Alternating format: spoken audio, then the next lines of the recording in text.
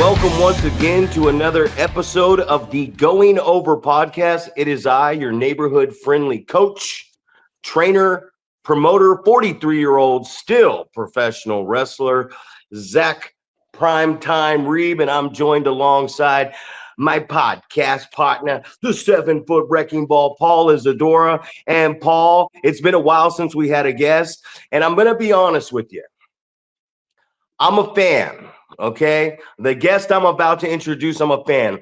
I'm laying on my bed. I'm just scrolling through my reels, and I come across this. This very good-looking Australian man, and he's talking about what I love: psychology, situations, detail, wrestling story, and I just can't get enough of it. And I watch just to go, hey, wait a minute. This man right here is preaching about the stuff that I try to preach to the young wrestlers all over the world. So, ladies and gentlemen, all the way from Perth, Australia, Damien Slater. How you doing today, Damien?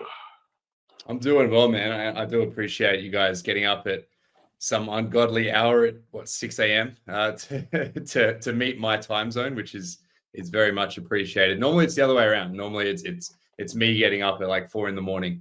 For these things. So yeah, awesome stuff, man. So I just wanted to start. I wanted to give you a scenario starting out. And if you want to give a little, promotion, everything, a little detail, because like I said, I don't know much about you except that I started just scrolling and I just was like, man, this guy knows his shit. And we can cuss on this show. We can say fuck, we can say shit, we can say poop. It does not matter. But I just want, if you want to give a brief, just real quickly, just brief us up, promotion, where you're from, how long you've been doing it, trainer. And then I'm gonna dive into this with Paul, because we're not gonna waste our time, because I've got scenarios, situations, and I want your input. Fantastic. So I'm originally from Adelaide, South Australia. I started training in professional wrestling in 2002 when I was 15 years old, so very young. Been at it a long time, but no, I've kind of been a little bit of a nomad, I guess. I've spent a lot of time overseas in my early years, spent a lot of time in America, just trying to get as much knowledge as I could. I spent a lot of time in Japan, and now I live in Perth, Western Australia. So I'm the head coach at the EPW School of Pro Wrestling in Perth, which is the longest running, one of, if not the longest running schools in the country. They basically started up before I even started wrestling, so been around forever.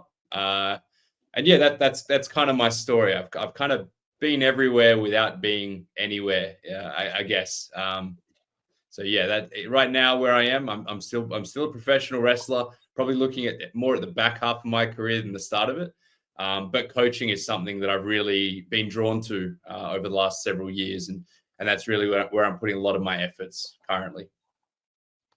Same over here on the coaching. So it goes to you and it goes to Paul. Let's get started before we talk about the matches. And we're going to go from the start to the finish of these matches, which is going to lead into scenarios.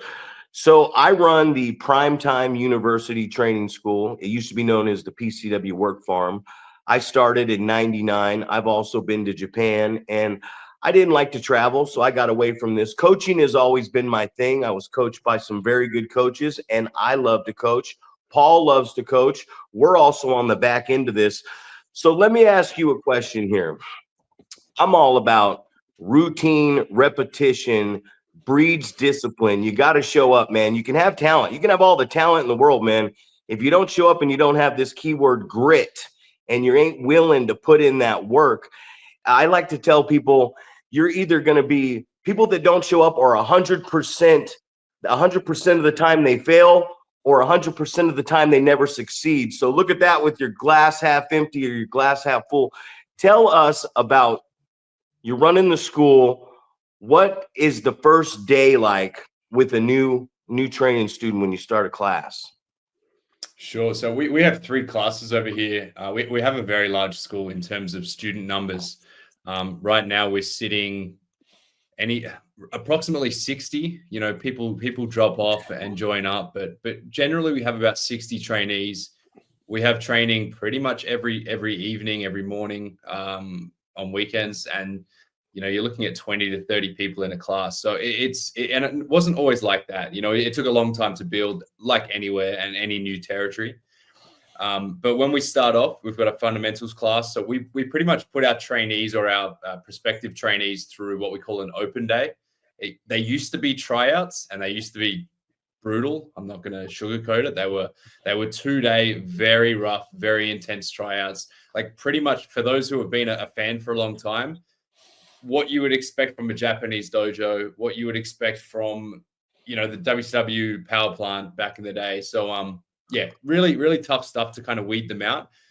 We don't do that anymore, but we do have an open day where we basically give new trainees a trial run. So, they go through a 2 to 3 hour session. We do push them hard, but we kind of show them this is kind of what pro wrestling's all about.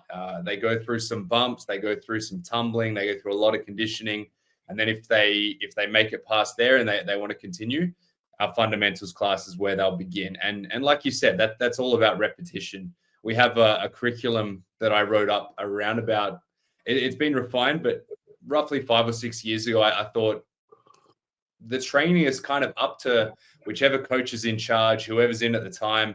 And I just found there were just too many inconsistencies, and things were getting missed just through those lessons being lost. And I wrote up a bit of a curriculum for them to follow, so they can still put their touch on it as coaches and what they are good at, what they are strong at. But yeah, they're all expected to kind of go over the same type of glossary. And then from there, if they get promoted, very similar to what you would expect from like a jiu-jitsu gym, they get promoted up to the next class, which is our intermediate class. And then we have our like advanced finishing type class. But yeah, first day, it's all reps. I like to start from the ground up. My trainer, I was very fortunate. When I started off, pro wrestling in Australia had kind of died in the 90s. Like, there wasn't, independent wrestling had pretty much ended. There was a couple little things here and there, but the golden age of the 70s, 80s, when Australian wrestling was actually quite big, was gone. And all those old timers kind of left us. But I was lucky that one of the old timers, Cole Devani, who has since passed away, but he was in his 70s, and he basically decided to start a new school, and he trained everyone from the ground up. There had been nothing for such a long time, and he took a few young trainees. I came in 2 or 3 years later, but he was very old school in his approach. So for him, you had to kind of graduate from the mats just to make it to the ring. So every training session was your tumbling, was your conditioning, was your break falling. And until you could perfect that, you weren't allowed in the ring. And that's all you would do. Once you got through that, okay, now they would start to show you a few things here and there. But, I like to say I've got a very old school taste, but I bring it to the modern age, because I think that there is no perfect way to do it. And if you just idolize the old school, trust me, there's a ton of lessons in the old school that were not effective, were not efficient, and I don't think are the right way to treat people and train people. But there's so much that's been lost that was a fantastic way to train people. So yeah, that's a long way of saying reps are everything, man. You got to get those fundamentals, those bare bones down first. Otherwise, you're looking at injury, you're looking at people learning the bad habits, you're looking at people burning out very early. Absolutely. Hey, so you talked a little bit about how the like kind of the tryout type of thing. So is it if they make it through, as far as if they think they made it through, then they get to continue, or is it would you cut someone after that the trial type of thing? It used to be all on us. It used to be at the end we would say, okay, so and so you've made it through, you're welcome to join. It's not like that anymore. We kind of leave it on them, but at the same time, I very blatantly tell everyone at the start of the session, if you have to sit out at any point today, it is not worth your money and not worth your time joining up right now. And that's just, I'm still kind of leaving it on them. If they really want to do it, they're welcome to come and join. I'm just being honest with them that if you can't get through some simple conditioning type stuff, and if you don't have the mental strength to push through, you're going to be wasting your time anyway. Like it's your money disappearing. So you know, it is on them, but I give them all the check boxes that they should probably tick before they join. So I love that. What I do is over the years I've created my own curriculum too. And one thing I do is the first thing I have these guys do, of course they stretch, but before I even teach them a fucking roll, man, the first thing I do is I say, grab that rope. I'm going to show you how to rope bump.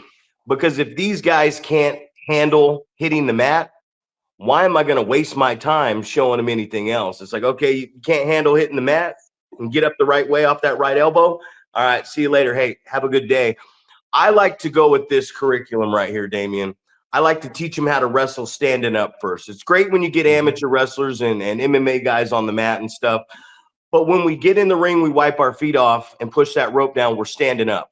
When we start our bump, when we do our rope bump, when we do our rolls, everything's standing up and then it's going down. So I like to teach them how to do everything, counter everything, standing up, buckles, ropes, corners, all that. Once they've learned how to wrestle standing up, then we take over. And once we learn all the takeovers after that, then we do all this shit on the mat. And then once we've done it all on the mat, we rise up. And once we can go from here, take over, wrestle down here, and rise up, once we've learned to rise up and do all that, then now guess what, buddy? It's time to start having a little bit of fun. So here we go. Like I said, I'm coming at you, man. I'm coming at you. So I always tell people, I say, sell, heat, listen to your audience. And the most important thing in this wrestling business, I believe, it's that snap bump, because it's the comeback, right?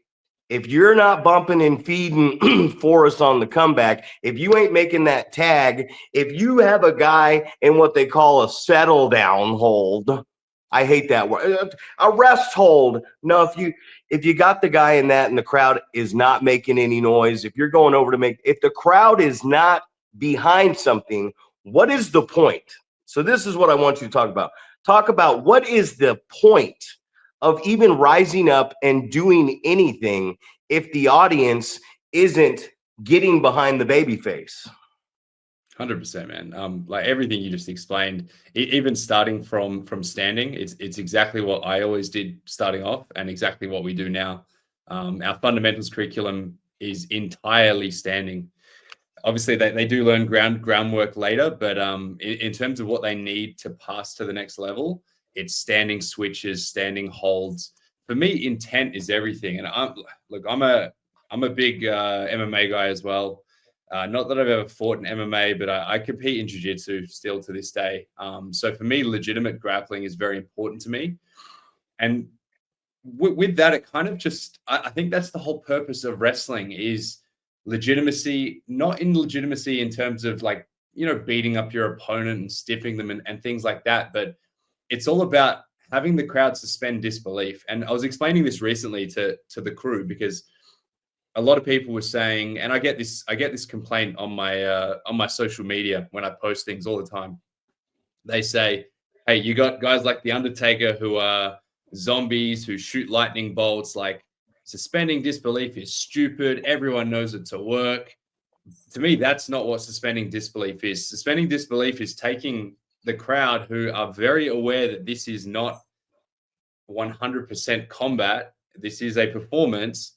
And even for a fraction of a second, getting them to believe that, hold on, maybe that was actually real. Maybe that was actually legit. And sometimes it's not what they can explain. It's what they feel.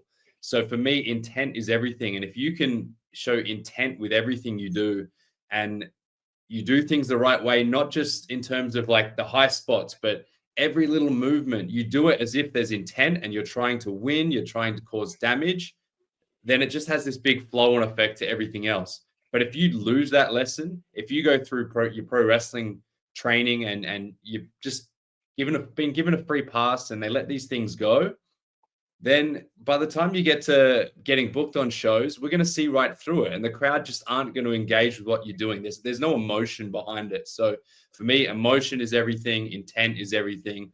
And you got to make whatever you do legitimate. Big Paul.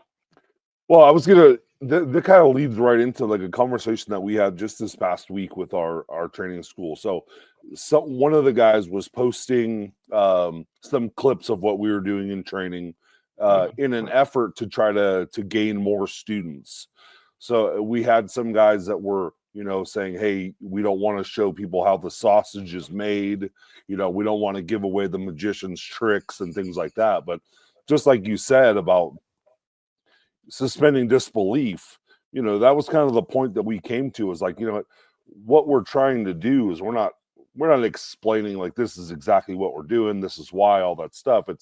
We're doing a little bit of just showcasing what it is, because my point was, the reason that I thought I could get into pro wrestling was I watched Tough Enough, the original thing with WWE, and I was thinking, well, if these fucking guys can do it, then I can do it as well. And it was like it took it from the larger than life characters, where that wrestling is choreographed and there's a predetermined, whatever you want to say, the word that you're going to put on it is, and it took it from that to me going, hey, these guys are just athletes just like myself. I can get in there and I can do exactly what they're doing. But it wasn't like I was learning all the secrets. I was just going, okay, they're doing somersaults, they're doing falling down, landing on their back, and all these different things. So I think it's a great point that you're talking about, that we're just, we're not going to trick these people into thinking, hey, this is 100%, real combat. We're just trying to get it across like it's entertainment, just like you go to a movie and you're just enjoying what you're seeing, and you get lost in the moment for that 2 or 3 hours. And that's really what it's all about. Mm-hmm. Absolutely, 100%.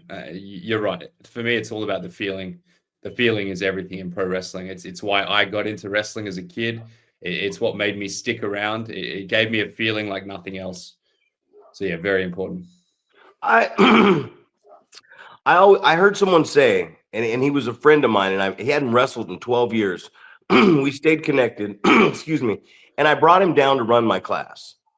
And I'm a big proponent of, man, I'll just sit back and watch you go. If I see some footwork that's wrong, if I see you do something, I'll even raise my hand in my own class, man. And, I'm not going to stroke my own ego, be very humble. But he said something that I hadn't heard in my 25, 26 years doing this. He's told the students, he said, you have to learn how to work first. Mm-hmm. Choreograph. And it just, my head exploded, because I was like, no, he's right. Because a lot of people tell me I'm timeless. I get a lot of people in the business say, man, you're stuck in the 80s. And I'm like, it doesn't matter, because it's going to work. If all it is going out there, like you could have, I want to do this move, I want to do that move. If I walk out to the ring and that crowd is chanting holy shit at me and this guy standing across from each other, why would I do anything to risk injury? They're already chanting holy shit for us standing across from each other. And I broke it down into sequences, because a lot of these guys nowadays are just bam, bam, bam, bam, bam. They want to do all these spots. And I'm almost 44. So I'm wrestling 19, 24, year old young men, really athletic. And what I got from that when he said that was, okay, you want to do this spot, right? Cool. I'll remember that one spot. I will remember your one high spot in a match that the high spot should not be coming until after the comeback. I'll remember that, and I break it down as a sequence, is what I call it.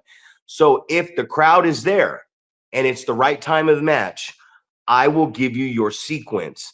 And what that statement said to me, and I just want, what you think of it is, I'm like, yeah, you do have to learn how to work, because you could have all this stuff planned out, but if they're not reacting to what you're doing, then what is the point of trying to choreograph this match? It's like, oh, I'm just going to go on to the next maneuver. I'm going to go on to the next spot we have, and I don't have time to let the crowd digest and take in what I'm doing. Yeah, definitely. And I think a lot of the time people shoot themselves in the foot by, like you said, they might get that reaction and they cut it off too soon because they had this, and this planned, when it's not even just about protecting the body, and okay, there's no need to bump because they're already reacting. But it's also, they're reacting. Let them react. Let it just linger, like let them enjoy themselves. Don't cut that off and take their attention elsewhere when they're actually enjoying the moment. I teach currently. I'm teaching the advanced class. That's the only class I teach at the EPW school, and that's a lot of what goes into the training. We, I'm getting guys who have been around a while. They've been wrestling anywhere from 5 to 20 years. So the fundamentals are all pretty good. They're all pretty good at working on the fly and things like that. But a lot of what we go over is not the sequences, not the high spots, nothing like that, because they've done it all before. But it's learning how to engage a crowd that is doing different things, learning how to take a crowd that's completely silent and apathetic and not really getting behind what you're doing, and trying to switch that and redirect it into getting behind and being engaged by your wrestling, or taking a crowd who is extremely engaged and learning how to get the most out of that. And okay, what are some different tricks? What are some things you can do? How can you change the pacing? How can you modify your emotions in the moment to suit what's happening in the story you're trying to tell? But for me, that's the most exciting part of wrestling. And I know, it's the old timers thing, saying the moves don't matter, which I don't 100% agree with. I think the moves can make or break what you're doing. But at the end of the day, it's what's underneath those moves, and it's all about crowd response, right? So if the crowd aren't reacting to what you're doing, it doesn't matter how good it looks. It doesn't matter whether so-and-so online thought that was a really cool high spot. If the crowd aren't reacting, you're doing something wrong. Or at least you're not 100% at your job. There's still room to improve. And for me, that's the biggest challenge of wrestling, particularly when you're already quite experienced. That's the 1%er, right? It's about being able to wrestle a broomstick and get it over. So yeah, that's the stuff I love.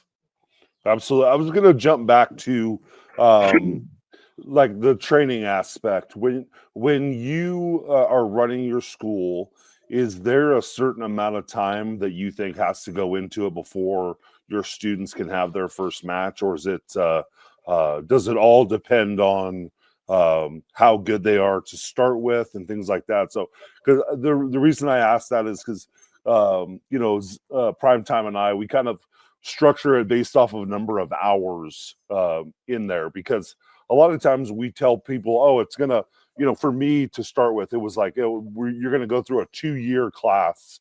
That's how long it's gonna take you before you can have your first match. And for me, myself, it took me right around a year before my trainer was like, okay, I think you're ready to have your first match. But I also was at every training session, I would come on my lunch break to try to get an extra 45 minutes in, just in the ring with the guys that were working out and things like that. So, just trying to do what I could to get as much ring time as possible, versus you have some people that, I know that Primetime has his class that runs twice a week, right? And we have 4 classes a week, but we don't always have a great attendance. So it's like, we're talking about, oh, man, we'll just scale it back. We'll go 2 days a week as well. That way it's like, you have to be here on these 2 days every single week if you want to get the opportunity to live out this dream as being a pro wrestler. So what is the structure of your school as far as that's concerned? To be honest, I'm not a huge believer on time, because I've just seen such diversity in skill level at the end of certain periods of time. So like a wrestler might come in and 6 months in, they're ready for their first match in front of a live crowd. Like they've made themselves undeniable, and you have to put them out there. And I've seen others who have trained for 5 years and probably shouldn't be in the ring. But a lot of that comes down to, look, you have to put some of it on the coaches, obviously, because we're the ones who take responsibility for their learning. But a lot of it's down to the way they approach their training too. I've seen so many who, they're always there. They're always at training. Every time you go, they're there. You can trust they're going to be there. But you can just see that they're not really thinking about what they're doing, and they're not really improving because of that. And they're not putting 100% in. So when they're doing the drills, you know, they're taking shortcuts. They're always injured. They disappear for months at a time. Then they come back and they're back to there every single day, coming in, trying to like build up those hours. But you can just see they're not doing the right things. And when I said before, intent is everything, it also comes down to intent when you approach your training. So when I get someone who comes in and they're always asking questions and they're trying to make meaning of everything, and they're going home and reflecting on what they just did, and they're coming up with goals for themselves, and they're getting constant feedback, like coming to me after sessions. Hey, how did I go with my selling? I've been told that I need to work on this, this, and this. Someone like that doing the same number of hours as someone who's just being passive and just kind of showing up, putting in 50% and then leaving and never thinking about it till the next session are going to be two very different wrestlers. So yeah, like obviously time is important, consistency is important, but I think it's more than just that. I don't think you can just measure it based on that. So for us, it's up to skill. If they're ready, they're ready. And we have school shows. So we have our main shows in front of whatever 100 plus, 200 plus, 300 plus, up to 1,000. We have our school shows and they run every 2, 3, 4 weeks. So there's a ton of those every year. And that's where our members will go and watch, family and friends will go and watch. They might get up to 100 people. And we've got a pretty cool setup now. It's all ready made. So you flick the switch and our school transforms into a small arena. But that's where we can put people on who can maybe have their first match in a bit of a risk-free environment. But at the same time, we're not going to put them out there if we think they're unsafe and if we think they're not ready. So there's lots of options there, but you have to prove to us that you can do those things well. And then in terms of, you know, making it onto these main shows and starting to actually travel with wrestling and things like that, obviously it's not just that, but it's also fitting a spot on the card. We have so many wrestlers. You have to find the gaps and find out where you fit, because being the 9th best underdog babyface is never going to get you a booking, unfortunately, even if you are ring ready and good to go. But for people like that, that's where these school shows are a good place where they can develop their character, refine their character, and just get those reps in front of a live audience. Because, you know, as you know, a live crowd and a training setting are two very different things. So that's how we run. Real quick, I got 2 for you.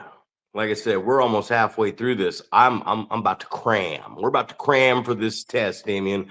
So are you a coach or are you a trainer? We tend to say trainer in Australia. We've always kind of called it trainer. I think in the last few years, people have started calling us coaches. And I think that's just kind of that almost like American influence. Like WWE is a little bit more public with their PC and things like that. So, you know, they're called coaches. So, and a lot of guys are getting tryouts now. So they're going there and they're, you know, having to call Coach Bloom and things like that. And they're bringing that back. So I've just found in the last few years, you know, it's a bit of like a verbiage thing, but we've started being called coaches by our students. But for us, it was always trainers. We are a pro wrestling trainer. Yeah, I break it down so much, and I look at a trainer when I think at a gym setting and everything else.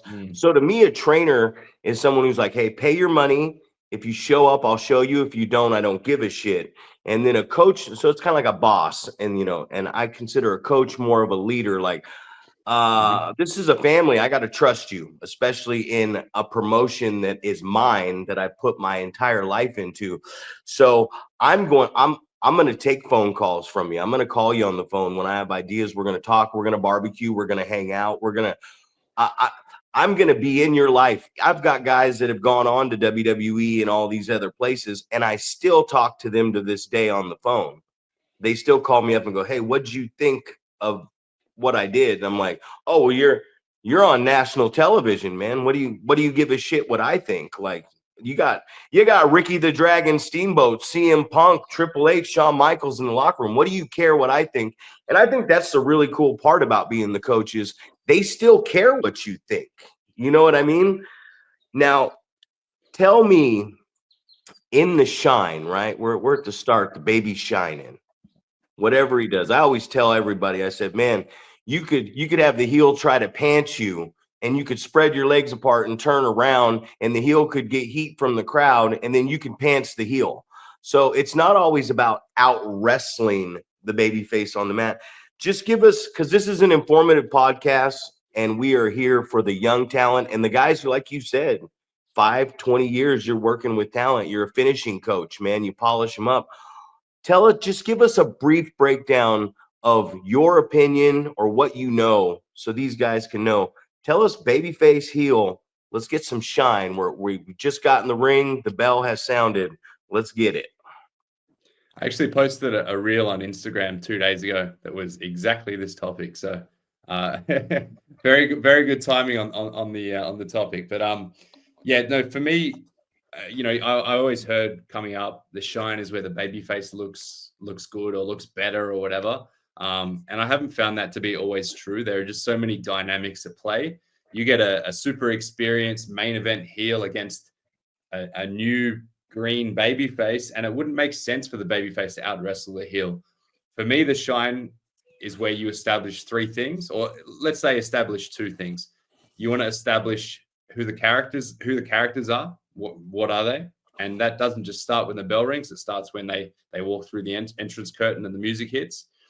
You also want to establish what are your intentions or what are your objectives. Your objective, simple one, is to win the match. You're trying to win the match, but it could be other things. It could be you're trying to hit your finisher. You're trying to attack their leg. You're trying to get one up on them with a quick flash pin. It could be anything. And then from there, if we go back to the whole babyface looks better, not necessarily that, but the babyface has to look like they have something special. So if you were in that scenario where the heel is more experienced and everyone just recognizes that this heel is a better grappler than the babyface, then yeah, the heel can look better in the shine. But we want to have one quick moment where maybe the babyface rolls up the heel, gets a quick counter, rolls them up, 1, 2, lets it linger, almost gets the 3, kick out. With one little moment, one little stretch, we've made the babyface look like they could actually win this match. That's their shine right there. It doesn't necessarily have to be any more than that. So yeah, it comes down to characters. What are both characters' intentions, and what does the babyface have that makes them special? Whether it's a style, a game plan, almost getting the victory, whatever it is. That's how I tend to approach shine. That was my thing. I saw your video too, so I was like, I'm gonna ask. Well, a lot of people haven't seen your video, man, and like I said, we're gonna pump the link up here. I'm gonna start sharing all your stuff because I started watching you, and when Paul said, he's like, man, we got the Australian guy, and I was like, wait a minute, are you talking about Damien Slater? And he says, yeah. I'm like, I watched this guy, so for me, I was like, man, I'm excited about having you on the actual show. So here we go, man. Like this is I want you to tell the people here in Northern California who watch the show what you think of all these things, because that was a very, I just learned something what you just said, because I'm always thinking you got to out wrestle the guy, right? And you just painted a scenario for me that's different than the way I teach it sometimes. It's like, oh, you got this younger, more inexperienced baby face, and just getting out of the way of I'm getting whipped, I reverse, I hit the corner, the heel hits the corner, splash. No, I tell everybody, just ducking a clothesline and building momentum is starting to build some hope. You can get knocked back down. That you ducking and building momentum and showing it on your face is building some hope, man. What is and this is a big one for me. You said finisher. What is the difference to you in a finishing move? I mean, a false finish and a near fall? Because I cannot stand in the locker room when I hear these young kids going, falsy, falsy, falsy, falsy. And I'm like, you mean a near fall? So I want to hear your opinion on that. Yeah, no, they're talking about near falls. A false finish is a finish where you don't get the finish. It's if it's not a believable finisher, then it's not a false finish. But yeah, you're right. Typically, a lot of people now, they will say that anything that is in the back half of the match that doesn't get the 3 is a false finish, when it's not necessarily true. Near fall's a better word for it. At least when you're saying near fall, we kind of know you're talking about something that almost gets the 3 count. We're not talking about an early, quick body press that gets a 1 and kick out. We're talking about more devastating moves or anything like that, where you almost get the win. It looks like you almost get the win. So yeah, they're near falls. Paul, you got a pet peeve, right? And we laugh at it every show. It deals with the heel wrestler over abusing the rules, and the referee starts counting. Tell us that pet peeve. I want to know what he thinks about this pet Right, peeve. of course. So this is it irritates me to no end when you have the heel continues to break the rules, right? And every time it's you're choking the guy and the referee's counting and you step back and you say, I got till 5, ref, right? And all these guys, I just tell them like, hey guys, listen, you're not allowed to cheat, right? So the referee is giving you a benefit of the doubt by giving you a warning, and he's counting to 5. You're not allowed to cheat for 5 seconds. You're not allowed to cheat at all. The referee at any point in that could just disqualify you for cheating. But I don't understand. Like it's not like it just happens from, a certain amount of students. It feels like it's from every school, and you see it from so many different guys. It's like, you can't get heat for some reason without doing those type of things. So it just irritates me to no end to see that type of stuff. And as much as we talk about it, and as much as we think like people would see it and hear it and make changes, it just continues to happen. So what is your feel about that? What do they say, Paul? What do they say? What does the wrestler say to the ref? Oh, I got till 5. I got till 5. Yeah. So it's irritating. So Damien, what is your feel about something like that? When it's like a heel continually breaking the rules? I think like back in the day, I always thought it was like, you're trying to do it behind the referee's back. You don't want them to see any of that stuff happening. Nothing. No, not at all. Look, in wrestling, scarcity is very important. If you do anything too many times, it loses a lot of its luster. The appeal is no longer there. Whether it's like the pacing of the match, whether it's hitting a move too many times, like it could be anything. So when it comes to burning the referee's count or cheating or anything like that, you do it over and over and over, and it no longer means anything. The rules in pro wrestling are there so that you can bend them at the right time to get heat. But if you do it too many times, you're just getting heat on the referee for not disqualifying you and not showing their authority. So you have to respect the rules. And if you respect them and you are scarce with the way that you do bend them, then it means a hell of a lot more when you finally do it. And then, like anything, kind of like what we discussed before, when you're talking about pantsing the heel after they've already done it to you, whatever, it's the same thing. If the heel has kind of bent the rules once, bent the rules twice, and they go to do it a third time, but now it gets switched on them and the babyface gets on top or whatever. Like that's very basic storytelling in pro wrestling. You build patterns and then you break patterns, but you can't just do it 100 times and expect to get the same response. What really gets me is everybody says there's it's the shine, it's the cutoff, it's the heat, the hope, the comeback. And I tell everybody, if you listen to that crowd, you could follow this basics, simple. It's almost like a beginning wrestling format. Because I tell them, if you could go to 3 different towns and that unpredictable crowd, you don't know how they're going to react. You have no idea. That's why we call it all in the ring and we wrestle. And they need to understand that. But you got this basic guideline to wrestling. You don't know when it's time to cut them off because they need to. It's just like all the noise. I'm getting over in a competitive match. I'm getting over on the heel, right? And I'm out wrestling him. Hammerlock. Nope, I hammered you back. You snap married me, grabbed me, and I counter back to the hammer.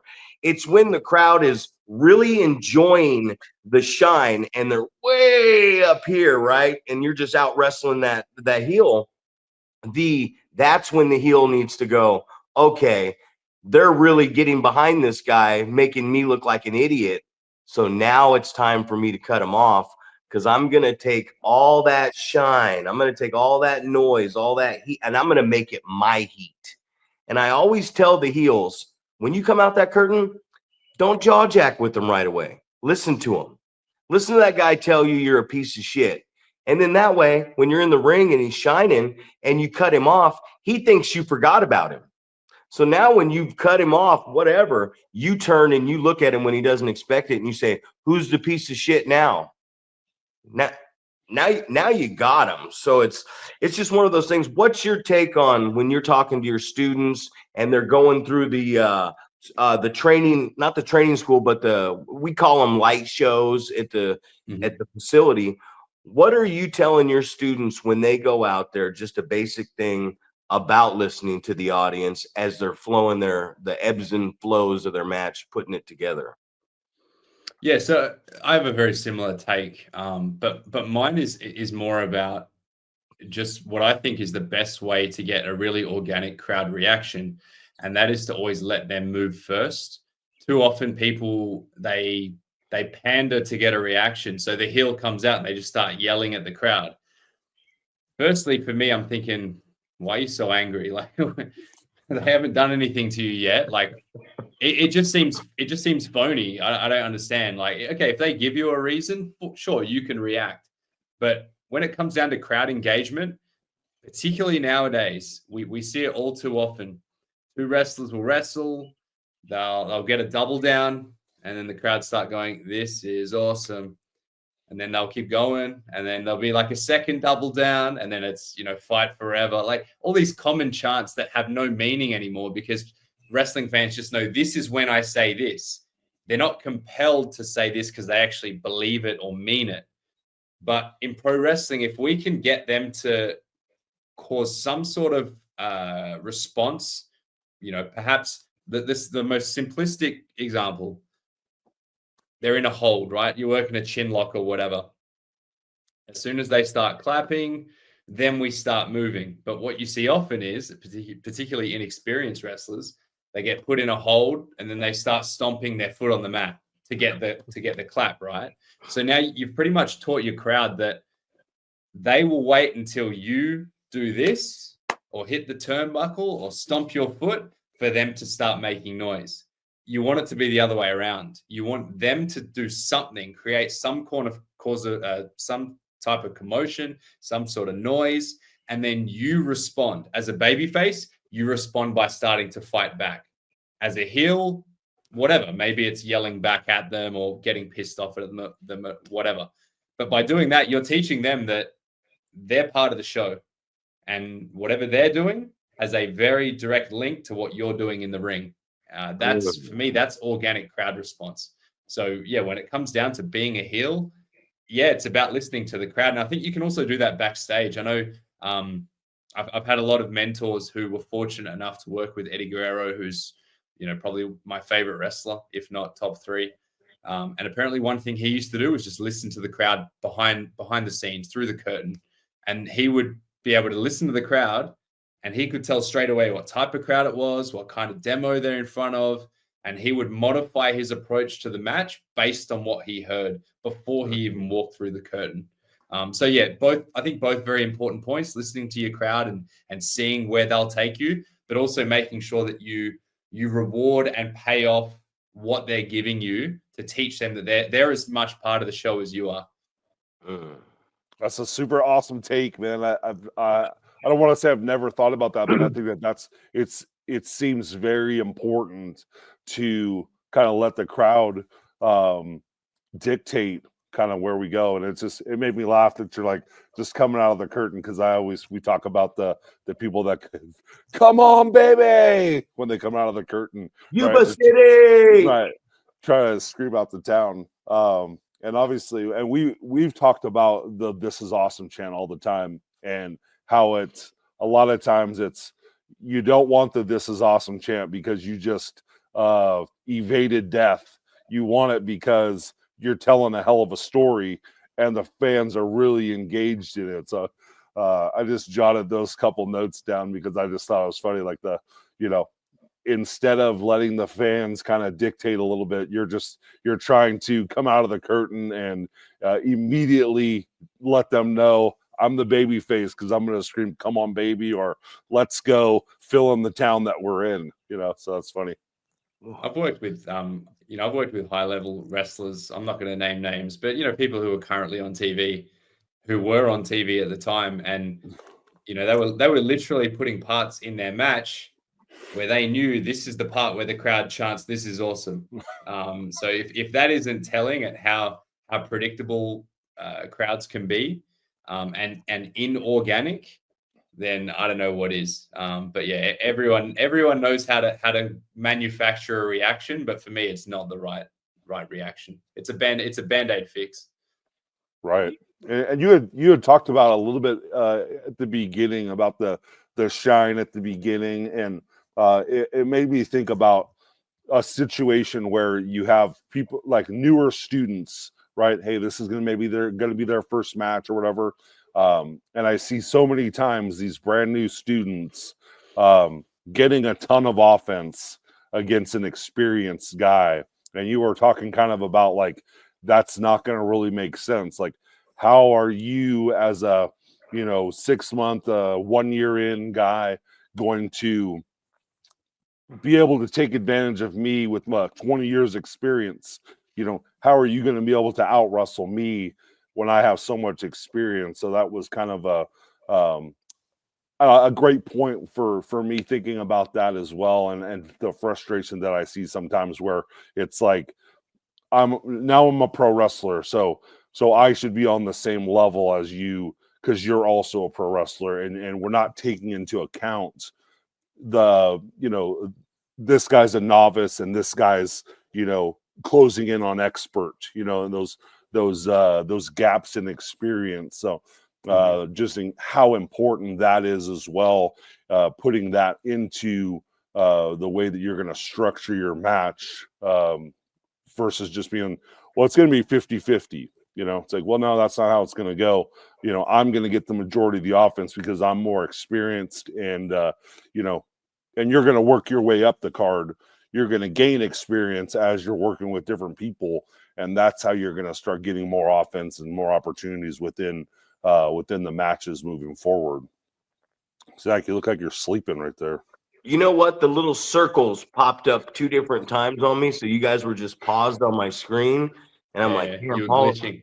Yeah, we were glitching, and Paul was saying stuff. I was like, I try to tell the guys we're really big on production, right? We got our show that is every Saturday. My guy Doc Haywood, man, PCW Limelight, and I'm really big on story. I'm really big on production. I'm really big on building stuff, and I see things happen all the time. So we got, you got a champion, and then you got a guy who's coming up to take on the champion, right?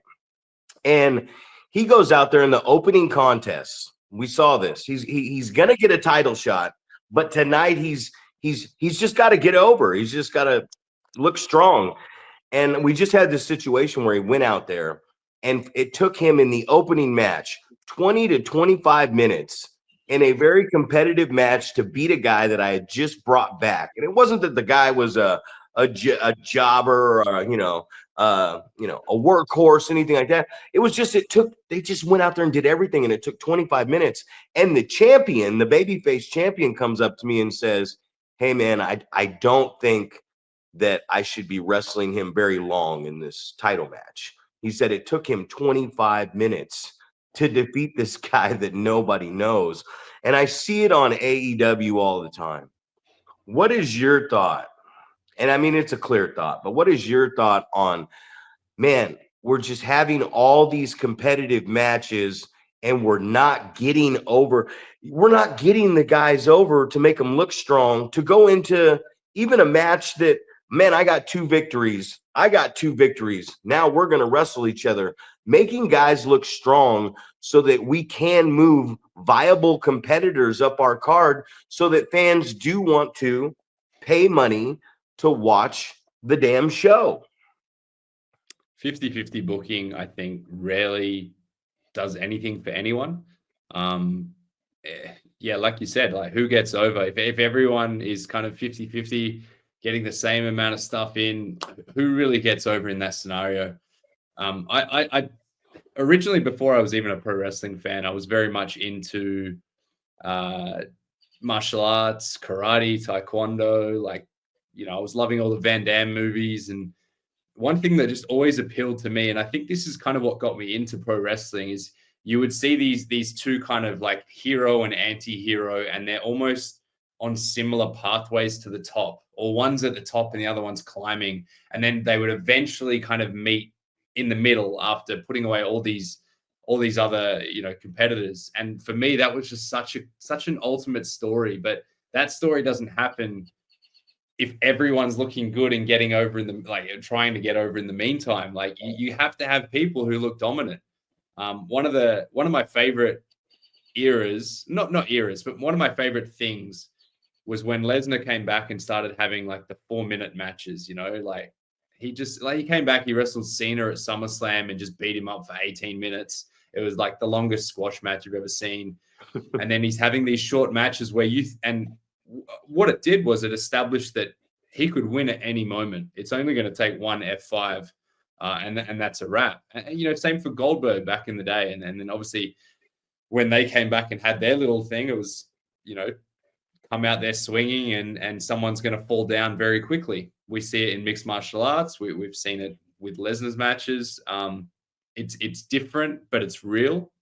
And I think pro wrestling thrives when things are different and when they feel real. And it doesn't mean every match has to be that. You couldn't have every match 3 minutes. Everyone just comes out swinging and someone goes down, because now it loses its specialty. It's not different anymore. But in saying that, when everything's just same, kind of just watching the same thing for 2 hours, there's nothing special about it and no one looks special coming out of it. We talk about that. You talk about UFC. One of my favorite moments, and I've got so many because I've been watching it since it was the first one was the 8-man tournament. You just couldn't eye gouge him, fish hook. You can kick him in the nuts. I remember when Keith Hackney was punching Joe Son's dick all day long. You know what I mean? But one of the biggest things we talk about, like you're talking about, the surprise element. Here's Kamaru Usman. And Leon Edwards just out of nowhere sleeps him with that head kick. I'm watching, Conor McGregor. You're building this fight up. He's throwing shit at the bus with his hooligans. You know what I mean? And then he gets in there and he made it 4 rounds. But you're like, man, I was nervous watching this fight. I was nervous during the Jake Paul Tyson fight because in my head I wanted it to be real. I wanted 60-year-old Mike Tyson to put it across loudmouth Jake Paul. And I love Jake Paul because he's a loudmouth. But, I mean, you're sitting here and you watch the hatred for Khabib and Conor. You know what I mean? And you're talking about that. And you said it, and it was just such an amazing thing. I was going to ask you what got you into pro wrestling. And then you say this nugget of gold that just hits me. I got training in a couple hours, and I'm taking a lot of this that you said. And, hey, thank you for I'm open. I'm here, man. But you said this, somebody has to be dominant, right? And then you said it's this villain who's trying to move up the top in this way. And even if he's wrong, he believes he's right. And then here comes this baby face. And you were talking about it earlier, and we're getting close to that 5 minutes of elapsing. We got to have more time with you, man. Maybe once a week. I don't know. I don't know what your schedule is. But when are you coming? Sorry, man. I got one thing to say, and then I'll shut my mouth. But when are you coming back to the United States? Oh man, it's tough. We're a long way away in Australia. Mm-hmm. I have a real life. I have a young family, so my traveling days are very difficult. I recently went to Southeast Asia for the first time, which is probably the closest kind of international. If we go to Philippines, Thailand, Singapore, Malaysia, which is where I went to, that's kind of like the most viable. Japan's pretty easy for us, but as soon as you start crossing other side of the world, that it's tricky for a guy who is the breadwinner for the household and has other obligations in life, man. But I do miss America. I've been 4 times for wrestling. I've been quite a lot, and it's been like 8 years, 9 years. Yeah, 2016 would have been the last time, man. So It's got to happen one day. I just don't know when. I'm the same, man. I went to Dragon Gate in Japan. I started traveling all over at like 24, 25. And I tell Paul all the time, everyone goes, man, you could have been something special, man. You could have done it. And I say, yeah, physically, athletically, I could have, but I could not have, because up here, I couldn't handle the air. I couldn't handle the travel. So no, I couldn't. Hey, Bret Hart, you're the man. And damn it, I was going to ask you one thing. We were talking about the scenario. You got anything for him, Paul? And then maybe I'll remember it. Well, no, I was kind of reflecting on the travel thing, man. You know, we were talking before we got on the air here that, you know, you're in Western Australia in Perth, and I used to play professional basketball, and you said that you guys are actually running your shows at the arena that I used to play in. So, but we were talking about those long flights, man, and it hits home to me, man, to be on those long flights and just be being close to 7 feet tall and being squished up in an airplane seat for hours upon hours, and just I just remember getting off the planes and just being like not knowing what was wrong, and it was just like, well, I was just stuck in a seat for 16 hours or whatever it was, so it's just brutal on your body, and obviously it's a long way to travel to pursue pro wrestling. So definitely understand the being the breadwinner, and it's like, this is something that I love to do, but is it really what I should be doing? And we talked about that on one of our last episodes, just like that, the travel versus just being able to sleep in your own bed every night, and still do what you love, but maybe not do it at the level that we once dreamed of doing it. Yeah, for sure, man. And like for me, it's kind of, I don't hate the travel so much. I love travel. Obviously, I've never done it to the point where I had to get those regular flights, across the world. But I spent pretty much like my entire late teenage years until I was about 30, kind of pursuing and chasing. And it was pretty much right before COVID hit that I kind of had all the doors shut on me, and not because of the pandemic. It was maybe like 3 months prior. But I'd done some work with New Japan and WWE and stuff, and then kind of all those doors seemed to shut at the same time. So when the pandemic hit, that's when I had a good amount of time to reflect on how things were going and what I wanted out of life. And I didn't close the door, and I didn't say, okay, I'm not going to pursue it anymore. I've been wrestling as much as I ever have, and I think to a standard as good, if not better than I ever have. But I pretty much said there, I'm not gonna spend my whole life savings and fly myself across the world and situate myself just for the hope of maybe getting something when all the doors have kind of shut on me and it doesn't seem like anything's really rolling. And that's, I kind of shifted my values a little bit and started looking more at coaching from that point onwards. I was already a coach, but that's when I started to look more at the online space and I guess training people who weren't just living in my own city. Man, that is this has been a blessing, man, because I took that exact same approach, and a lot of people said, man, you're fucking up. And I'm like, no, I'm not fucking up, man, because my peace of mind, my happiness, my family, I can make just as much money running my promotion successfully, running my school, helping out other people, and staying within a 2-3 hour radius maximum of where we're going. I mean, Paul just had us go to Winnemucca, which was 5.5 hours away. I mean, you should have seen me on the ride home. The guy driving, my student, is 6'10", 500 pounds, and his arms over here hanging over. He's driving, and I'm just like this. I'd wake up and I'd see him like dozing off, and I'm like, oh man. But the travel is a lot. You know what? Do you got any? We got about 45 seconds here. Do you want to get anything over? Because I'm going to make my students watch you. I'm gonna get this on. We're going to share you. They're going to know. You got any final thing you want to tell these aspiring young pro wrestlers? Cool, man. I appreciate it. Look, if anyone enjoys what I'm saying and enjoys my insights, my social medias, where you can find a lot of little snippets, as you found. So if you go to my Instagram, my Facebook, my TikTok, my YouTube, under Damien Slater, you're going to see a lot of it.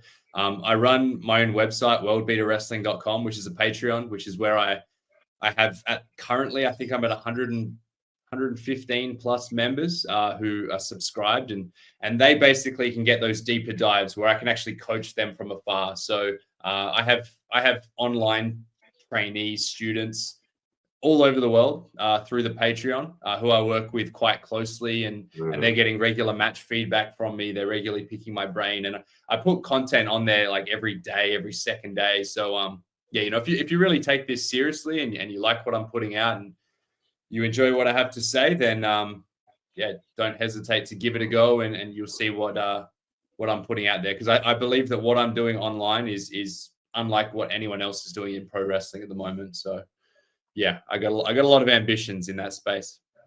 Yes, we got informative, man. That's our whole goal here, is to help other people out. Paul, you got anything to close us out with?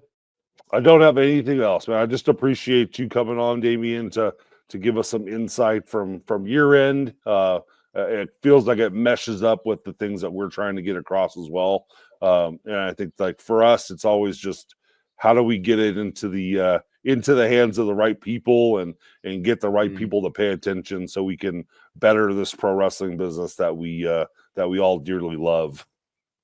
Absolutely. I appreciate you guys bringing me on here. I'm happy to talk to you anytime. This has been a really cool chat, and I don't get to talk about this stuff on podcasts very much. I get a lot of the generic questions, so to actually kind of like really go deep into the business, it has been awesome. So yeah, anytime. We're just getting started. That's why I said this. We're going a little past our hour, because I told Paul, I said, I have so much I want to ask Damien, and I have so much more. That was like 2% of what I want to ask you, man. So ladies and gentlemen, for Zack Primetime Reeb, the 7-foot wrecking, the 7-foot wrecking ball, Paul Isadora, and what I have just come to learn by scrolling through, luckily, a literal pro wrestling genius, and I will vouch for this man. I listen, I learn, and I've been doing it 26 years. Damien Slater, thank you very much. This is the Going Over podcast. Do us a favor. Please please watch, comment, subscribe, hit that little number, get us up, man. We're going to inform you on everything that's going on, because guess what? We're going over.